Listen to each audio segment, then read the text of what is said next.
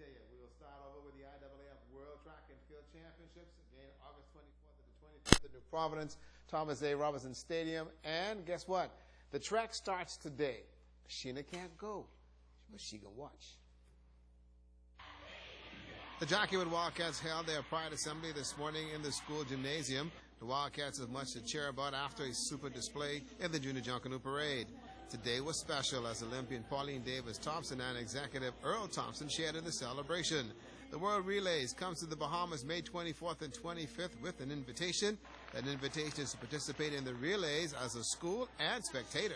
We're going to have the 4x100 meters for men and women, the 4x200 meters for men and women, the 4x400 meters for men and women, the 4x800 meters for men and women, and the Africans coming to take the 4x1500 meters for men and women. Pauline Davis-Thompson told the students and administrators that the world is coming and we need to be ready. They have 1,200 athletes and officials that are coming, and 47 countries have already agreed to come. Our great big brother to the north, the United States of America, will be bringing a full team of 90 athletes. And let me tell you, they haven't forgotten the beating the Golden Girls put on them. They haven't forgotten the beating the Golden Knights put on them. So guess what, Wildcats? We need each and every one of you in that stadium to cheer on your Bahamas team. The junior relays will incorporate all the Bahamas, and Pauline Davis-Thompson started the relay at Jack Hayward High School with a baton to be taken around the Bahamas in love and in competition. The Bahamas is known as the greatest sporting nation in the world, per capita. Per capita.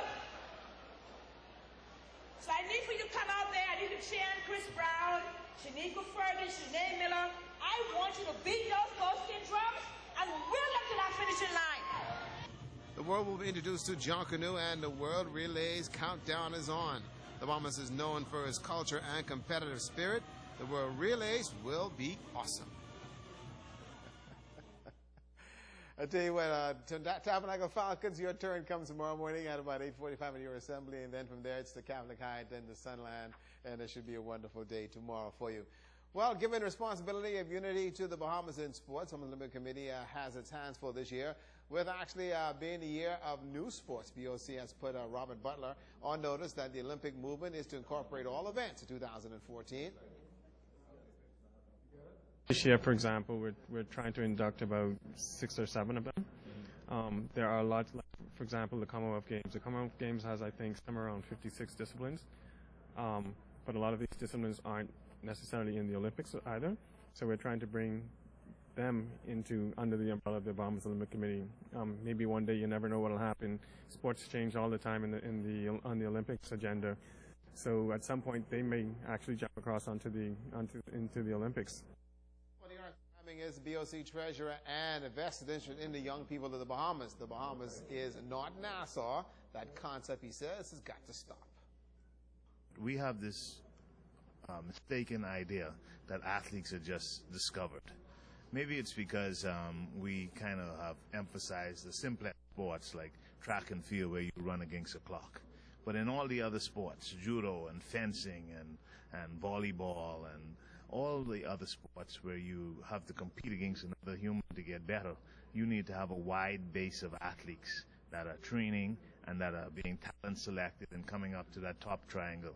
So that doesn't happen overnight, of course. Mm-hmm.